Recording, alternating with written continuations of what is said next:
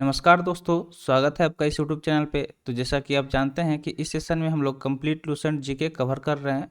तो चलिए वीडियो शुरू करते हैं। जल्दी से लाइक कर दीजिए और चैनल पे नए हैं तो जल्दी से चैनल को सब्सक्राइब कर लीजिए। आज हम लोग शुरू करेंगे विजयनगर साम्राज्य से, क्योंकि इसके पीछे का जो भी टॉपिक था हमने डिस्कस किया था इसके पीछे वाले सेशन में। तो जो मध्यकालीन भारत है, प्राचीन भारत है, सबका अलग अलग प्लेलिस्ट हम बना देंगे।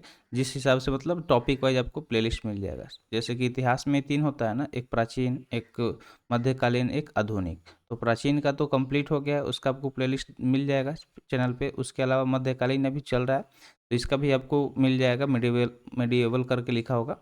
उस प्लेलिस्ट को देखिएगा शुरू से, तो जाके चीज़ें अच्छे से समझ में आएगी। और जैसे ही ये ख़त्म होगा फिर हम लोग आधुनिक की तरफ चलेंगे, यानी कि मॉडर्न हिस्ट्री की तरफ चलेंगे। तो आज का हमारा टॉपिक रहेगा विजयनगर साम्राज्य। और विजयनगर साम्राज्य करने के बाद और भी चीज़ें उसमें अगर समय रहेगा तो उसको भी कवर करने वाले हैं। तो चलिए देखते हैं, यहाँ से शुरू करते हैं कि क्या क्या मोस्ट इंपॉर्टेंट चीज़ें दी गई है जिससे हमारे एग्जाम में क्वेश्चन पूछा जा सकता है। तो हमारा मेन टॉपिक क्या है? विजयनगर साम्राज्य। तो विजयनगर साम्राज्य के बारे में एक दो बातें बताया था हमने ऊपर के सेशन में। ये बताया था कि इसका मतलब संस्थापक कौन था, ठीक है। तो चलिए सब कुछ यहाँ पे उसी को डिटेल में देखेंगे, समझेंगे। अगर हम बात करें विजयनगर साम्राज्य के बारे में, ठीक है, तो विजयनगर साम्राज्य का जो स्थापना हुआ 1336 ईस्वी में, ठीक है। कब हुआ? 1336 ईस्वी में। और कौन किया? तो दो भाई थे, ठीक है। एक का नाम हरिहर और दूसरे का नाम बुका। तो हरिहर और बुका नामक दो भाइयों ने किया था, ठीक है। ये दोनों के दोनों क्या थे? भाई थे, हरिहर और बुका, जिसने क्या किया था? 1336 ईस्वी में विजयनगर साम्राज्य का स्थापना किया था। जो 5 भाइयों के परिवार के अंग थे, ठीक है। तो ये 5 भाई के परिवार के अंग थे और ये दोनों ने मिलकर क्या किया था? विजयनगर साम्राज्य का स्थापना किया था। विजयनगर का अगर शाब्दिक अर्थ देखें कि इसका शाब्दिक अर्थ क्या है, तो जीत का शहर, ठीक है। जीत का शहर, जो शहर क्या हो? जीत का हो। विजय मतलब जीत होता है, तो जीत का शहर इसका शाब्दिक अर्थ है। यहाँ से शाब्दिक अर्थ भी समझ में आ गया होगा आपको। तो मोस्ट इम्पोर्टेंट क्या है कि इसका स्थापना किसके द्वारा किया गया और कब किया गया, ठीक है। और शब्द का अर्थ तो आप नॉर्मली समझ सकते हैं कि विजय मतलब जीत होता है, तो जीत का शहर। चलिए आगे देखते हैं नेक्स्ट पॉइंट की हरिहर एवं बुक्का ने, जो दोनों भाई थे हरिहर और बुक्का, उन्होंने विजयनगर की स्थापना विद्यारण्य संत से आशीर्वाद प्राप्त कर की थी, ठीक है। यानी कि एक विद्यारण्य थे, संत थे, जिनसे इन्होंने आशीर्वाद लिया और उसके बाद इस जो विजयनगर साम्राज्य था इसका स्थापना इन्होंने किया। हरिहर एवं बुका अपने पिता संगम के नाम पर संगम राजवंश की स्थापना की। तो इनके पिता संगम थे, ठीक है। जो हरिहर एवं बुका थे, इनके पिता का नाम क्या था? संगम। तो उन्हीं के नाम पे इन्होंने क्या किया? संगम राजवंश की स्थापना भी की, ठीक है। संगम राजवंश की स्थापना किया। विजयनगर साम्राज्य की राजधानी की अगर बात करें तो हम्पी, ठीक है। कहाँ पे थी? हम्पी में इनकी राजधानी थी। तो हम्पी जगह साउथ में आपको देखने को मिलेगा। विजयनगर साम्राज्य के खंडहर, जो इसका खंडहर है, ठीक है, इसका जो खंडहर है वो तुंगभद्रा नदी पर स्थित है। इसकी राजभाषा तेलुगु थी। तो जो विजयनगर साम्राज्य थी इसकी राजभाषा भी थी और इसका भी खंडहर आपको कहाँ देखने को मिलेगा? तो तुंगभद्रा नदी है वहाँ पे देखने को मिलेगा। और इसका राजभाषा क्या था? तेलुगु इसकी राजभाषा थी, ठीक है। हरिहर एवं बुका पहले वारंगल के काकतीय शासक प्रताप रुद्रदेव के सामंत थे, ठीक है। तो ये जो हरिहर और बुका थे वो कौन थे? तो सामंत हुआ करते थे किसके? तो काकतीय शासक जो थे जिनका नाम था प्रताप रुद्रदेव, उनके ही ये सामंत हुआ करते थे। दोनों भाई जो हरिहर एवं बुका थे ये इनके सामंत हुआ करते थे। विजयनगर साम्राज्य की अगर हम बात करें, ठीक है, अगला पॉइंट में अगर देखें तो विजयनगर जो साम्राज्य था क्रमशः निम्न वंशों के शासन किया, ठीक है। तो ये जो विजयनगर साम्राज्य पर कौन किन किन वंशों ने शासन किया, उन वंशों के बारे में अगर हम देखें तो सबसे पहले तो संगम वंश आया, जो खुद हरिहर एवं बुका ने अपने पिता के नाम पर इसको शुरू किया था। तो संगम वंश। दूसरा तलुब वंश, और अराविडु वंश, ठीक है। तो ये सारे जो वंश है इन्होंने क्या किया? विजयनगर पर शासन किया, ठीक है। तो यहाँ पे कुछ संगम वंश के प्रमुख शासक का नाम दिया गया है यहाँ पे। तो चलिए इसको हम लोग देख लेते हैं। दिया क्या गया कि संगम वंश के प्रमुख शासक कौन कौन हुए। तो हरिहर हुआ, ठीक है। हरिहर कब से कब तक? 1336 ईस्वी से 1356 ईस्वी तक। भूका प्रथम हुआ 1356 से 1377 ईस्वी तक। उसके बाद हरिहर द्वितीय आया जो कि 1377 से 1404 ईस्वी तक। फिर आया देवराय प्रथम जो कि 1406 ईस्वी से 1422 ईस्वी तक चला। फिर देवराय द्वितीय 1422 से 1446 ईस्वी, उसके बाद मल्लिकार्जुन 1446 से 1465 ईस्वी तक, और विरूपक्ष द्वितीय जो कि 1465 से 1485 ईस्वी तक इसका ये शासन किया। ये किस वंश का था? तो ये सारे जो भी है यहाँ पे नाम आपको देखने को मिल रहा है, ये सब संगम वंश के प्रमुख शासक थे। ठीक है, ये सब संगम वंश के प्रमुख शासक थे। अब आगे बात करते हैं अगले पॉइंट के बारे में कि बुका प्रथम ने वेद मार्ग प्रतिष्ठापक की उपाधि धारण की। तो जो बुका प्रथम था इससे उपाधि भी मिला। कौन सा मिला उपाधि? तो वेद मार्ग प्रतिष्ठापक का उपाधि मिला इसे। उसके अलावा हरिहर द्वितीय ने संगम शासकों में सबसे पहले महाराजाधिराज की उपाधि धारण की थी। तो जो संगम शासक थे उसमें सबसे पहले जो महाराजाधिराज की उपाधि थी वो किसे मिली थी? तो याद रखिएगा हमेशा हरिहर द्वितीय को। जो हरिहर द्वितीय था वो संगम शासकों में पहला ऐसा शासक था जिसे महाराजाधिराज की उपाधि मिली थी। इटली का यात्री निकोली कांटी, ठीक है, यहाँ पे नाम एक मिलेगा आपको, जो कि इटली का यात्री था निकोली कांटी, वो विजयनगर की यात्रा पर देवराय प्रथम के शासनकाल में आया। ठीक है, तो ये भी पूछा जा सकता है कि जो इटली का यात्री निकोली कांटी था कि इसके शासनकाल में विजयनगर आया था। तो यहाँ से ये चीज़ याद रखिएगा कि वो विजयनगर की यात्रा पर कब आया था? तो देवराय प्रथम के शासनकाल में आया था। देवराय प्रथम ने तुंगभद्रा नदी पर एक बांध बनवाया ताकि जल की कमी दूर करने के लिए नगरों में नहरें ला सके। तो देवराय प्रथम ने क्या किया था? तुंगभद्रा जो नदी था वहाँ पे एक बांध बनवाने का काम किया ताकि जो भी जल की कमी थी यानी उसको दूर करने के लिए नगर में नहरें ला सके। सिंचाई के लिए उसने हरिद्र नदी पर भी बांध बनवाया। तो इसने क्या किया कि तुंगभद्रा नदी और हरिद्र नदी पर सिंचाई के लिए क्या किया? बांध भी बनवाया। संगम वंश का सबसे प्रतापी राजा की अगर बात करें तो देवराय द्वितीय था। जो देवराय द्वितीय था वो संगम जो वंश था इसका सबसे प्रतापी राजा था। इसे इमाडी देवराय भी कहा जाता था। इसे इमाडी देवराय के नाम से भी जाना जाता था। किसे? तो देवराय द्वितीय को, जो कि सबसे प्रतापी राजा था।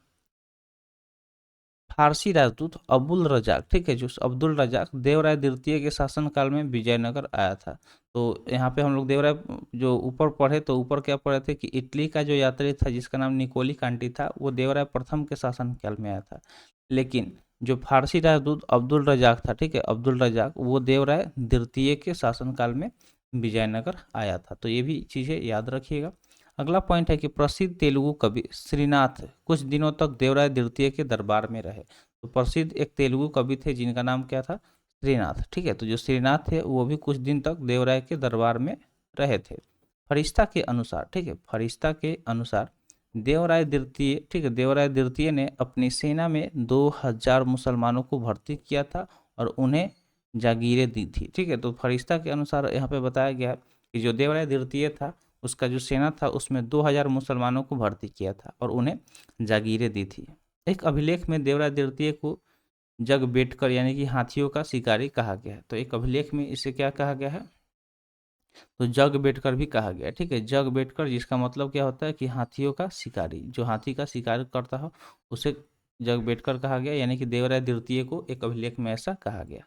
तो यहाँ तक आपको चीज़ें समझ में आ गई होगी। चलिए आगे बढ़ते हैं। अगला आगे का जो भी पॉइंट है इसको हम लोग देखते हैं क्या क्या पॉइंट दिया गया है। तो ये जो विजयनगर साम्राज्य है थोड़ा सा लंबा है लेकिन इस सेशन में हम लोग इसे समाप्त कर लेंगे। तो उम्मीद करते हैं वीडियो पसंद आ रहा होगा। तो अभी तक कमेंट सेक्शन में जय हिंद नहीं लिखे हैं तो जाके जल्दी से लिख दीजिए, क्योंकि जय हिंद जो है आपको एक पॉजिटिव एनर्जी देता है, आपको एक मोटिवेशन देता है। सिर्फ 2 वर्ड जो है जय हिंद, इसमें काफ़ी ज़्यादा ताकत होता है। अगर आपको देश से प्रेम है तो प्रेम करना चाहिए देश से। ठीक है, तो चलिए आगे बढ़ते हैं। दिया गया कि देवराय द्वितीय ने संस्कृत ग्रंथ, ठीक है, देवराय द्वितीय ने क्या किया था? संस्कृत ग्रंथ महानाटक सुधानिधि एवं ब्रह्मसूत्र पर भाष्य लिखा। ठीक है, तो इसने क्या किया था? भाष्य भी लिखा था। किस किस पे? महानाटक जो सुधानिधि था और ब्रह्मसूत्र था, इस पे इसने भाष्य लिखा था।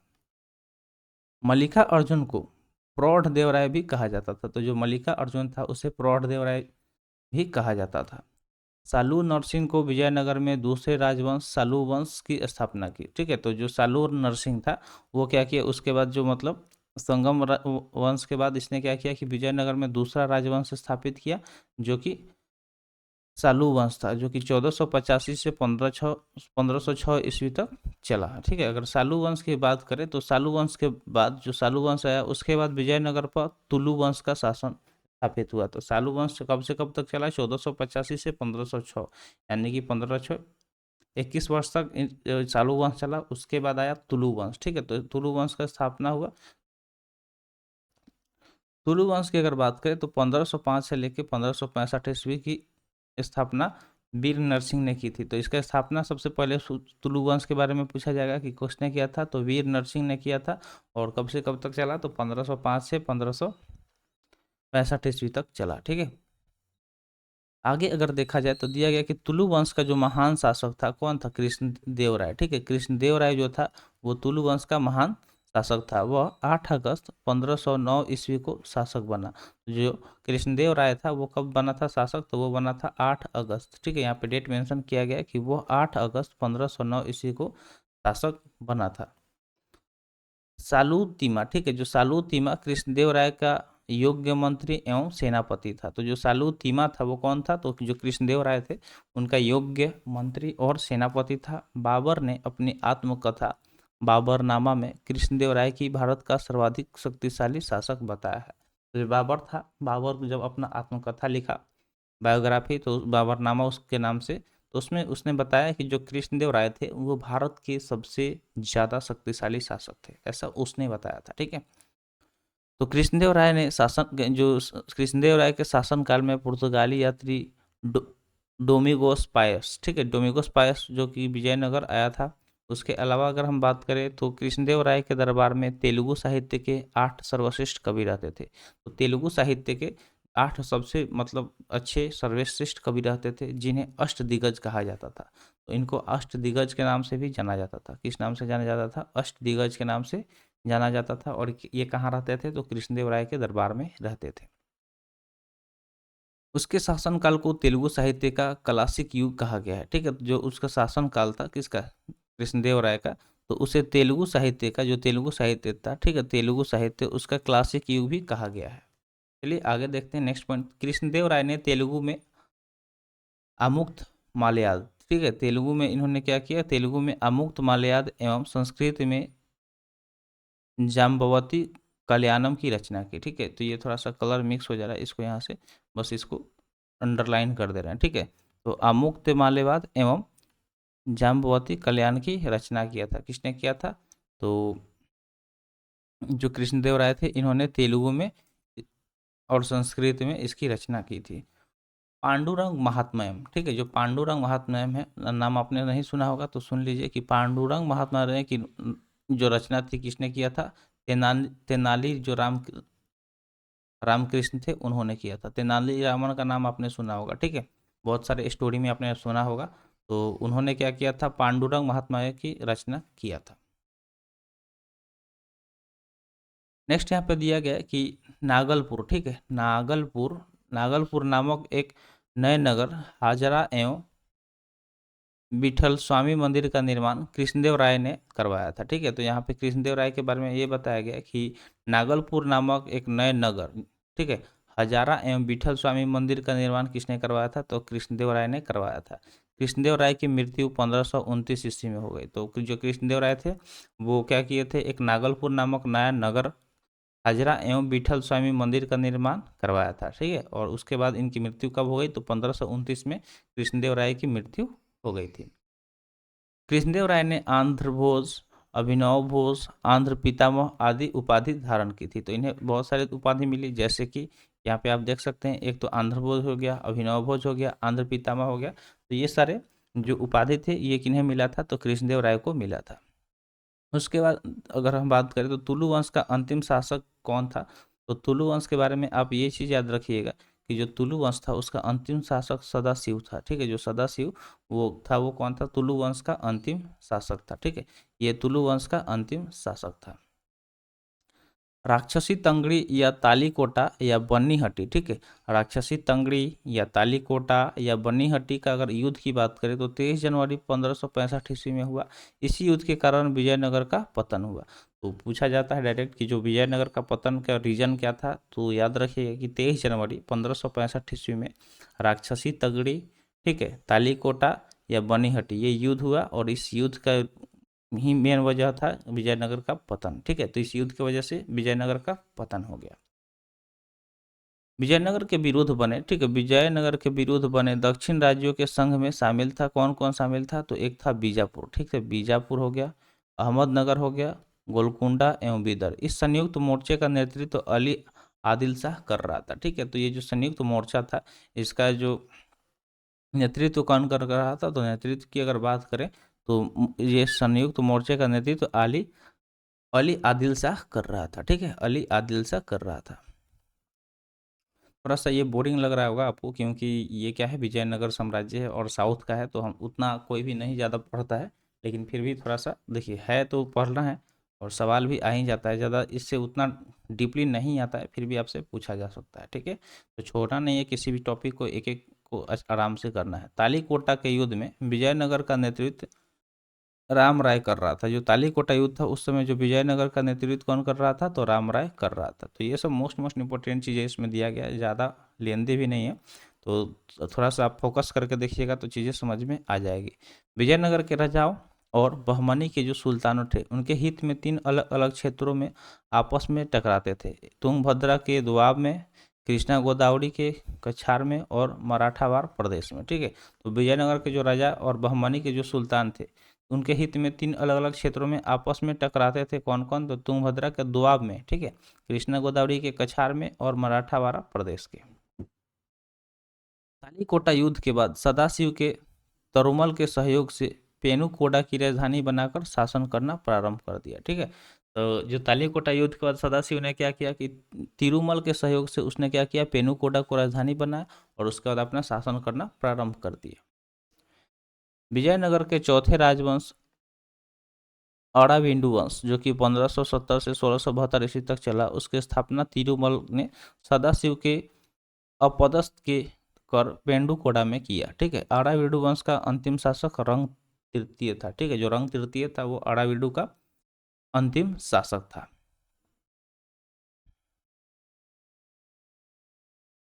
अड़ाविडु शासक वेंकट तृतीय के शासनकाल में ही वोदेयार ने 1612 ईस्वी में मैसूर राज्य की स्थापना की थी। ठीक है, तो यहाँ पे डायरेक्ट सवाल ये भी पूछा जा सकता है कि जो मतलब आरावेडु शासक जिसका नाम वेंकट था उसके शासनकाल में ही जो वोडेयार था, ठीक है, वोडेयार, तो यहाँ से ये नाम याद रखिएगा, वोडेयार, उसने क्या किया था कि 1612 ईस्वी में मैसूर राज्य की स्थापना की थी। तो सवाल क्या पूछा जाएगा कि मैसूर राज्य की स्थापना कब और किसने किया था, तो याद रखिएगा 1612 ईस्वी में। ठीक है, जो वोडेयार था उसने क्या किया था, मैसूर राज्य की स्थापना किया था। विजयनगर साम्राज्य की प्रशासनिक इकाई का क्रम घटते हुए कुछ इस प्रकार है, जैसे कि प्रांत मंडल हो गया, कोट्टम या पलनाडु जिसे जिला कहा गया। ठीक है, नाडु वेलाग्राम 50 ग्राम का जो समूह था उसे नाडु मेला ग्राम कहा गया और उर यानी कि ग्राम कहा गया। तो ये क्या था, प्रशासनिक इकाई थी। ठीक है, एडमिनिस्ट्रेटिव यूनिट था किसका, विजयनगर का। विजयनगर कालीन सेना नायकों को नायक कहा जाता था। ठीक है, तो विजयनगर के समय में जो भी सेना नायक होते थे उन्हें नायक कहा जाता था। ये नायक, ठीक है, ये नायक वस्तुतः भूसामंत थे जिन्हें राजा वेतन के बदले अथवा उनकी अधीनस्थ सेना के रख रखाव के लिए विशेष भूखंड देता था, जो अमरम कहलाता था। ठीक है, तो वो क्या कहलाता था, अमरम कहलाता था। तो वेतन के बदले इन्हें क्या मिलता था, विशेष भूखंड मिलता था और जिसे अमरम कहा जाता था। क्या कहा जाता था, अमरम। अयंगर व्यवस्था, चलिए तो अयंगर व्यवस्था के बारे में थोड़ा सा पढ़ लेते हैं और समझ लेते हैं कि ये क्या है अयंगर व्यवस्था। ठीक है, तो अयंगर व्यवस्था की अगर बात करें तो प्रशासन को सुचारू रूप से, ठीक है, जो प्रशासन था उसको सुचारू रूप से संचालित करने के लिए प्रत्येक ग्राम को एक स्वतंत्र इकाई के रूप में संगठित किया गया था। ठीक है, तो जो प्रशासन था, जो एडमिनिस्ट्रेटिव बॉडी था, उसको सही से चलाने के लिए क्या किया गया कि जो भी प्रत्येक ग्राम थे उसको एक स्वतंत्र इकाई रूप में संगठित किया गया था। इन संगठित ग्रामीण इकाइयों को, जो मतलब वो संगठित ग्रामीण इकाई थे, उस पर शासन हेतु 12 प्रशासकीय अधिकारियों को नियुक्त की जाती थी। ठीक है, तो उस पर भी शासन करने के लिए क्या किया जाता था कि 12 जो प्रशासकीय अधिकारी थे उनको अपॉइंट किया जाता था, जिनको सामूहिक रूप से अयंगर कहा जाता था। तो सामूहिक रूप से इन्हें क्या कहा जाता था, अयंगर कहा जाता था। ये अवैतनिक होते थे। ये कैसे होते थे, अवैतनिक होते थे। इनकी सेवाओं के बदले सरकार इन्हें पूर्णतः लगान मुक्त एवं करमुक्त भूमि प्रदान करती थी। तो जो ये सेवा करते थे, ठीक है, तो उसके बदले इन्हें क्या मिलता था, एक ऐसा भूमि मिलता था, ठीक है, भूमि ऐसा मिलता था जिस पे ना तो इन्हें लगान देना होता था, ना ही कोई टैक्स देना होता था। इसका पद अनुवांशिकता होता था, और जो इस इनका पद था अनुवांशिकता, यानी कि जैसे कि अगर कोई कर रहा है तो उसका बेटा होगा, फिर उसका बेटा होगा, इस तरह से इनका पद अनुवांशिकता होता था। वह इस पद को बेच या गिरवी रख सकता था। अगर मान लीजिए कि किसी के पास ये पद चला गया तो वो पद को क्या कर सकता था, चाहे तो पैसे लेकर किसी और को दे सकता था या गिरवी रख सकता था। ग्राम स्तर की इकाई कोई भी संपत्ति, ठीक है, तो जो ग्राम स्तर था, ग्राम स्तर की जो इकाई कि कोई भी संपत्ति न इन अधिकारियों की इजाज़त के बगैर न तो बेची जा सकती थी और न ही दान में दी जा सकती थी। जैसे गांव में किसी का ज़मीन है तो जब तक वो इस अधिकारी से नहीं बोलेगा तब तक वो किसी को नहीं बेच सकता था, ठीक है, ना ही किसी को वो कुछ दान में दे सकता था। तो ऐसा उस टाइम का नियम था, ठीक है। ये नियम समझ में आ गया होगा। अब थोड़ा सा हम लोग इसको देख लेते हैं। देख ले कितना लंबा लेक्चर हो गया। तो अभी ज़्यादा नहीं हुआ, अभी आराम से 5 मिनट में हम लोग इसको ख़त्म कर लेंगे, क्योंकि अभी 20 मिनट हो रहा है तो 30 मिनट तक तो चल सकता है, ठीक है। तो चलिए आगे देखते हैं अगला पॉइंट की। अगर हम बात करें तो अगला पॉइंट दिया गया कर्णिक, ठीक है, कर्णिक नामक अयंगर के पास जमीन के क्रय विक्रय से संबंधित समस्त दस्तावेज होते थे। तो जो कर्णिक होता था, ठीक है, तो कर्णिक कौन होता था, एक अयंगर होता था जिसके पास जो जमीन है तो उसका खरीद बिक्री से संबंधित जो भी दस्तावेज, जो भी डॉक्यूमेंट होती थी, वो किसके पास होता था, तो कर्णिक नामक अयंगर के पास होता था, ठीक है।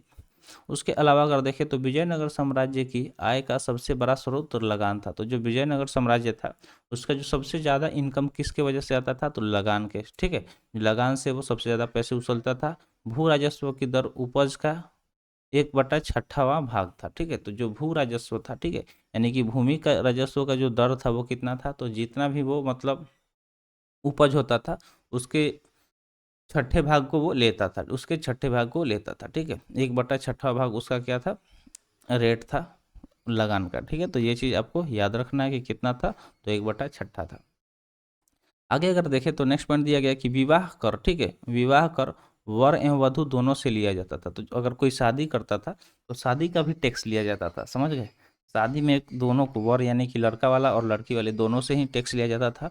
विधवा से विवाह करने वाले इस कर से मुक्त थे, ठीक है। अगर कोई विधवा से शादी करता था तो ये एक थोड़ा सा ठीक था कि जो विधवा थी अगर उससे कोई शादी कर रहा है तो उसे मतलब शादी जो विवाह कर है वो उससे नहीं देना होता था। आगे अगर देखें तो उंगली, ठीक है, उंगली की अगर हम बात करें तो ग्राम में विशेष सेवाओं के बदले दी जाने वाली लगान मुक्ति भूमि की भूमि धारण पद्धति थी। जो उंगली थी वो क्या थी, तो जो गांव था, ठीक है, तो गांव में विशेष सेवाओं के बदले, यानी कि गांव में जो सेवा देते थे विशेष रूप से, उसके बदले उनको जो लगान मुक्त भूमि मिलता था और उसको धारण पद्धति, उसको ही उंगली कहा जाता था। उसको क्या कहा जाता था, उंगली कहा जाता था। यहाँ पे कुछ चीज़ें दी गई है जिसको हम लोग डिस्कस कर लेते हैं कि विजयनगर आने वाला प्रमुख विदेशी यात्री। तो जो विदेशी यात्री था प्रमुख जो कि विजयनगर आया, तो कौन कौन था, तो पहला था निकोला कोटी, जो कि इटली से आया था 1420 ईस्वी में। किसके शासनकाल में, तो शासनकाल था देवराय प्रथम का। उसके बाद आया अब्दुल रज्जाक जो कि फारस का था। अब्दुल रज्जाक जो कि फारस का था 1442 ईस्वी में आया देवराय द्वितीय के समय। नूनी चाया जो कि पुर्तगाली था 1450 ईस्वी में मलिका अर्जुन, ठीक है, मलिका अर्जुन के शासनकाल में। डोमिंग पायरस जो कि पुर्तगाल का था वो 1515 ईस्वी में कृष्णदेव राय के पास आया। और बारबोसा, ठीक है, बारबोसा जो कि भी ये भी पुर्तगाली था 1515 और 1516 ईस्वी में कृष्णदेव राय के शासनकाल में आया था। तो यहाँ पे कुछ हम लोग क्या डिस्कस किया, विदेशी यात्री जो कब आए थे, किस देश के थे और किसके शासनकाल में आए थे। तो ये सारे मोस्ट इंपॉर्टेंट है, इसका आप अलग से एक टेबल बना के इसको नोट कर लीजिएगा। तो चलिए अब रक्त कोगड़े, ठीक है, रक्त कोगड़े के बारे में बात करते हैं कि रक्त कोगड़े क्या था। तो रक्त कोगड़े युद्ध में शौर्य का प्रदर्शन करने वाले मृत लोगों के परिवार को दी गई भूमि को कहा जाता था। जैसे कि कोई सैनिक था, ठीक है, और युद्ध हुआ, तो युद्ध के दौरान मान लीजिए कि उसका मृत्यु हो गया, ठीक है, यानी कि शहीद हो गया। तो युद्ध के दौरान जो भी मतलब शौर्य का प्रदर्शन, जो बहुत अच्छा मतलब दिखाता था अपने आप को, शौर्य प्रदर्शन करता था, तो उस जो मृत लोग होते थे उनके परिवार को दी गई जो भूमि दी जाती थी, ठीक है, उसके बदले में उन्हें जमीन दिया जाता था और उसको ही रक्त कोगड़े कहा जाता था, ठीक है, रक्त कोगड़े कहा जाता था। कुटुगी की अगर बात करें, ठीक है, कि कुटुगी आखिर क्या है, तो कुटुगी की बात करें तो दिया गया कि ब्राह्मण, मंदिर या बड़े भूस्वामी जो स्वयं कृषि नहीं करते थे किसानों को पट्टे पर भूमि दे देते थे, ऐसी भूमि को कुडुगी कहा जाता था। जैसे बटाई समझ सकते हैं, ठीक है, कि बटाई पे जमीन दे देना, उसी को कुडुगी कहा जाता था। यानी कि जो बड़े लोग हो गए, ठीक है, जिनके पास बहुत ज़्यादा ज़मीन है, उनसे खेती नहीं हो सकता, नहीं करते थे, तो कुछ किसान होते थे जिन्हें दे देता था, ठीक है, पट- पट्टे पर दे देता था कि यानी कि तुम खेती करो और उपज का कुछ भाग तुम रखना, उसके बाद कुछ हमें देना। तो ऐसे भूमि को ही कुटुगी कहा जाता था। वे कृषक मजदूर जो भूमि के क्रय विक्रय के साथ ही हस्तांतरित हो जाते थे, कुदी कहलाते थे, ठीक है। तो जो भूमि के क्रय विक्रय के साथ ही हस्तांतरित हो जाते थे, उन्हें कुदी कहा जाता था। क्या कहा जाता था? कुदी कहा जाता था। विजयनगर का सैन्य विभाग कदाचार कहलाता था, ठीक है। तो जो विजयनगर था, उनका जो सैनिक वाला विभाग था, सैन्य विभाग, उसे कदाचार कहा जाता था। तथा इस विभाग का उच्च अधिकारी दंडनायक या सेनापति होता था। और उसका जो उच्च मतलब जो सेना अधिकारी था, उसे दंडनायक, जो दंड देता हो, वो दंडनायक और सेनापति होता था। तो ये दोनों कौन होते थे? इस विभाग के उच्च अधिकारी होते थे। टकसाल विभाग का जोड़ी खाना होता था, ठीक है। तो टकसाल की अगर बात की जाए कि टकसाल क्या होता था, तो इनके शासनकाल में जो टकसाल था, वो विभाग का जोड़ी खाना कहा जाता था, ठीक है, जोड़ी खाना। चे- चेंटियों की तरह व्यापार में निपुण दस्तकार वर्ग के लोगों को वीर पंजाल कहा जाता था, ठीक है। तो चेटियों की तरह व्यापार में निपुण जो दस्तकार वर्ग के लोग थे, उन्हें क्या कहा जाता था? तो वीर पंजाल कहा जाता था, ठीक है, वीर पंजाल कहा जाता था। उत्तर भारत से दक्षिण भारत में आकर जो भी लोग बस गए, उनको बड़वा कहा जाता था, ठीक है। जो जैसे बहुत सारे लोग हुए, क्या हुआ कि उत्तर भारत से, नॉर्थ इंडिया से साउथ में चले जाके बस गए, ठीक है, दक्षिण भारत में। तो जो लोग इस तरह किए थे, उन्हें बड़वा कहा जाता था। क्या कहा जाता था? बड़वा। विजयनगर में दास प्रथा प्रचलित था, ठीक है। तो जो विजयनगर साम्राज्य था, उसमें दास प्रथा काफ़ी ज़्यादा प्रचलित थी। मनुष्य के क्रय विक्रय को वेश्यवग कहा जाता था। जैसे मनुष्य का खरीदा बिक्री उस टाइम चलता था, कि कोई किसी को खरीद के उससे अपना काम करवा रहा है, तो उसे को क्या कहा जाता था? वेरावग कहा जाता था, ठीक है। जो मनुष्य के क्रय विक्रय था, उसको वेरावग कहा जाता था।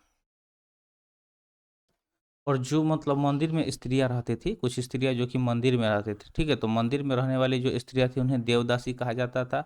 इनको आजीविका के लिए भूमि या नियमित वेतन दिया जाता था। तो जो स्त्रियां मंदिर में रहकर मंदिर का काम करती थी, तो उनको देवदासी कहा गया। और इनको मतलब अपना जीवन यापन करने के लिए कुछ भूमि दिया जाता था और नियमित रूप से वेतन दिया जाता था, पैसे दिया जाता था, ठीक है। विजयनगर की मुद्रा पेगोडा तथा बहमनी राज्य की मुद्रा हुन थी, ठीक है। तो यहाँ पे याद रखिएगा कि विजयनगर की मुद्रा, ठीक है, विजयनगर की मुद्रा क्या था? तो पेगोडा। और बहमनी राज्य की मुद्रा हुन थी, ठीक है। तो ये मुद्रा भी याद रखिएगा। तो उम्मीद करते हैं आपको चीज़ें क्लियर हो गई होगी। तो विजयनगर को हमने आज समाप्त कर दिया। जो हमारा अगला टॉपिक होगा, उसमें हम लोग किस चीज़ को डिस्कस करेंगे? तो उसमें हम लोग पढ़ेंगे बहमनी राज्य के बारे में। तो आज के लिए इतना ही। आज का सेशन यहीं पे समाप्त हुआ। सेशन कैसा लगा कमेंट सेशन में ज़रूर बताइएगा। तो मिलते हैं फिर अगले वीडियो में। Thanks for watching. जय हिंद।